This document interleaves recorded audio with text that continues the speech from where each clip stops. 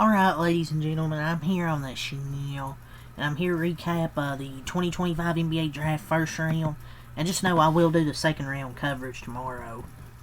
But I want to get into this first. My lord. So the Brooklyn Nets had 5 first round picks tonight. You know how many they hit on? 1. And it's because Danny Wolf was still somehow on the board, so they couldn't fuck up there. But their other 4 picks, all point guards. Why are they drafting 4 point guards? Fuck if I know. I don't want to just straight give them an F, because I like the Danny Wolf pick, because I thought he was super good at Michigan. I thought he's good for Yale as well.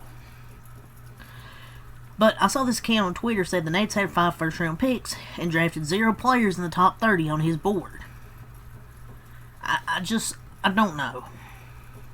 Because I like Danny Wolf, but the other players, Powell was okay, but he's still a reach. He's not really good. Traore, yeah. It just made 0 sense when Igor Damon, or who the fuck he is, out of BYU. I would have given an F. Maybe not an F. I won't give this F just because they picked Danny Wolf. I actually like Danny Wolf. We'll see if it helps. It will help in the long run with these guys, because they got great passers. But do you really need 4 point guards in the grand scheme of things? Like, this has to be the worst draft. Like, I'm being honest. I can confidently say this might be one of the worst draft classes ever.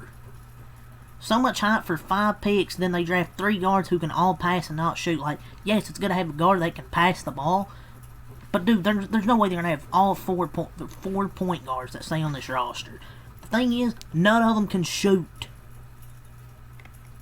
Maybe one of these hit and I'm wrong, but how can you fumble all these? Like, with the 8th pick, you had Kaman Malawach there to pick, and then Kasparis Jakachonis. Like, just retarded, man. By the freaking Nets. Like, I could make these picks. Like, you take Kaman Malawach, because I'm not sure if Nick Claxton's going to be there for the foreseeable future. And Kasparis Jakachonis, I know his 3-point shooting doesn't look the best on paper, but I think he's better than shooting what he showed at Illinois. And for him to go to 20 was a steal. Like, you're kidding me. Like, and they draft. This is just so stupid, man. So the 5 players they drafted, which I'll get to my grades. They drafted Igor Damon, Nolan Traore, Drake Powell, Ben Suraf, Danny Wolf. Bold strategy here. Not really impressive. This is dead ass one of the worst case scenario drafts that NBA Twitter users were making. I don't understand what Brooklyn is doing. Do they want this many rookies on their roster? I guess if you want to tank and have a small payroll, and they took mostly point guards, by the way, as well. Pretty horrible haul considering all the capital they had, and there was good players on the board. When they had picks, with their picks, there was good players on the board, and they reached basically for all these players. 3 of these guys are really good passers. I don't know. Like, there's good passers, yes, but like, they're not good shooters, man. I saw someone tweeted like they waited 15 years for the Nets to have a top 10 pick, and they just took Igor fucking Damon. Fucking Igor Damon. They had to be one of the losers of this draft. And Ben Suraf, this dude, Giovanni or whatever, said the Israeli D'Angelo Russell. That might be the worst player in NBA history, but you he ain't gonna be no quality back. Neither of them are quality backup. My lord. What is their draft process like? Israeli D'Angelo Russell. You might as well just bomb the arena. And the Blazers, oh my god, they took some 7-2, 7-1 center when they already had Donovan Clingan and DeAndre Ayton, Robert Williams, I think. They took some. I thought he was in the crowd, dude. He was in the crowd. And he was projected mid-second round. They took this dude at 16. He was in the crowd, too. Some reaches tonight, man. The Nets, the Blazers had to be losers. And I'm not sure how to feel about the Pelicans. You know, they traded up for Derek Queen, which I like the pick of Derek Queen. But I don't know what to think about the Pelicans, man. It's just, I don't know. It's just, I don't know. I mean, Queen and Fierce have tons of upside to me, but, like, just be normal and try to win games. Oh, wait, you just made a giant bet on the need to be normal and win games. Oh, wow. Yeah, they need to stay healthy, but the thing is, do they stay healthy? No. Trading an unprotected 2026 first for a front court of Missy, Zion, and Queen is interesting. All those players are Zion's really good when he's actually fucking healthy.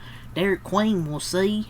Missy turned out to be solid, but that pick might actually be really good next draft. Why did they trade a pick that has a chance to be top 5 next season to move up 10 spots to 13? Like, do they know something we don't? I feel pretty confident that they gave up a top 10 pick next year to move up. I feel pretty confident saying that. Oh, and also the Phoenix Suns. Jesus Christ. I like the Malawatch pick, but they traded 2 firsts to get Mark Williams just to draft Malawatch. Like, don't get me wrong, I like the Malawatch pick, but my lord, dude, Suns traded 2 firsts for Mark Williams and drafted a center with the 10th pick. And they already have Nick Richards too. What are you gonna do with all these centers, dude? And don't get me started with the draft covers, dude. I am watching Kendrick Perkins, Malika Andrews, and Andrea Carter, and then the other on ABC you have Stephen A. Smith. Dude, they should have put Jay Billis and Bob Myers together. I'll literally switch over to ABC. First thing you hear is Stephen A. and I turn the fucking thing off back to ESPN. But yeah, we'll go over the draft grades here. Cooper Flagg, A+, obviously, you know, gives the Mavericks a number 1. Number 2, Rutgers, out of Rutgers, Dylan Harper. Another A+ here. First 2 picks were pretty fucking obvious. 2 best players, I think, in the draft. VJ Edgecombe, here at number 3, to the Sixers. It was reported they were either going to draft him or trade him, so when the pick was in, you pretty much knew it was going to be VJ Edgecombe. So I'll give it an A-. I like the pick here, VJ Edgecombe. Number 4, Colin Knippel. I like the pick. I think he's better than people give him credit for. Obviously, you know, a lot of people just pay attention. Cooper Flagg. But I like the pick here.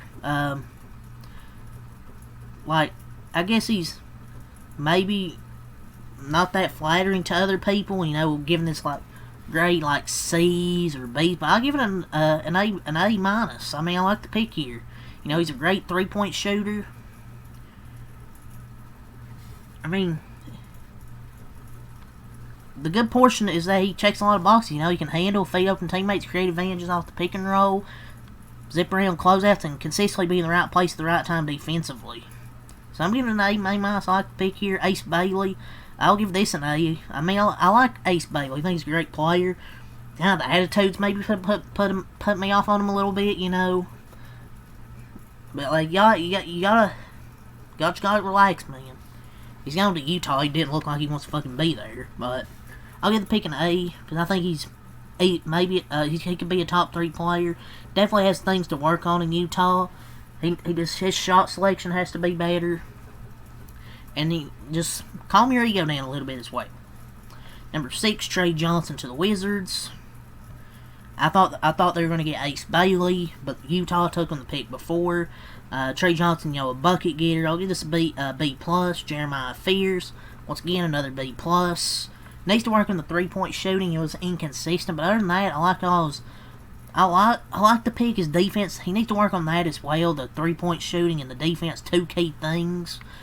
Other than that, I think he's a good player. He just needs to work on those two things. Igor Demon, yeah, D plus. I don't like this pick at all.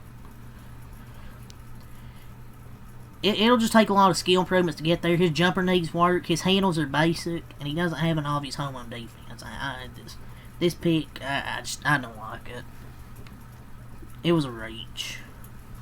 Colin Murray Boyles, I'll give it a C. I mean, he was good also at South Carolina last season. Definitely needs to work on his 3-point shot. Needs to have a reliable jumper. But we'll see. I mean, he's a great defensive player. I'll give it a C for now. Come on, Malawatch. You're at number 10. I'm going to give this an A. The Suns selecting him and trading for Mark Williams is, like I said, interesting, since they're unlikely to share the floor anytime soon if ever. Center was an obvious need. And Malawatch, catches a lot of alley-oops. Very consistent foul shooting, 76%. And he's always shown the willingness, if not always the ability to defend in space. 7'7" wingspan, he's enormous. 7'1", 7'7" wingspan, a rim runner. A pick here. Cedric Coward to the Grizzlies, traded for him. I'll give it a B. Noah Ifsingwe to the Bulls here. Give it a B minus. Derek Queen. I don't know, man. Like, there's defensively, there's serious questions about who he'll defend. Bouncy centers, can expose his lack of size, and speedy perimeter players can exploit him in open space. I don't know. I'm gonna give it a C plus. Carter Bryant to the Spurs at 14, A minus. Great pick here. Really, shot. There was moments at Arizona where he shot as a freshman. Thunder take Thomas Sorber at 15. Give it a C plus. Hassan Yang. Like I said, D minus. I hate this pick. I mean, they already have centers, and this was a massive reach as well. He's projected mid-second round. He just is apparently an explosive leaper, and his defensive fit will be tricky, so yeah, that terrible pick. Timberwolves take Joan Beringer. I mean, I don't know. B. Walter Clayton Jr. at 18, A plus here. The Jazz had a great draft class. Nets, Nolan Shore, another point guard here. I'll give it a D. Kasparis Jakuchonis, A plus here with a pick here. He was just so inconsistent last year in Illinois, but I think the Heat will be a perfect place to help him. Help his development. Will Riley to the Wizards. C. Streaky shooter. Nets, Drake Powell. Not good, man. Bad free throw shooter. Not a great outside shot. Like, he can maybe be a good defense player, but I don't think he's worth the first round pick to reach for. Give it a D. Asa Newell here at 23. Give it an A. Nikhil Clifford to the Kings. Really like this pick as well. Give it a B plus. Jace Richardson to the Magic at 25. Give this an A. Ben Soroff at 26. Give this an F. What the hell is this shit? Danny Wolf. Give this an A. Really love this pick. Celtics take Hugo Gonzalez. C. Lee McNeely. Like this pick at B plus. And then Conan Niederhauser. Yannick Conan Niederhauser out of Penn State. Well, Penn State got a first round pick. I'll give this a C. But yeah, those are my review of the draft. first few picks were boring, but then it just got kind of a bit funny with the Nets fucking up, and then the Blazers selecting a dude that was projected mid-second round when they already have a lot of centers. The Pelicans trading a next year first-round pick. That could be a pretty good pick. But yeah, that's all to say here for the draft. League Lock comes around for more. Take some out a lot. Peace. I'll be back here to recap the second round tomorrow. So, peace. Have a good night.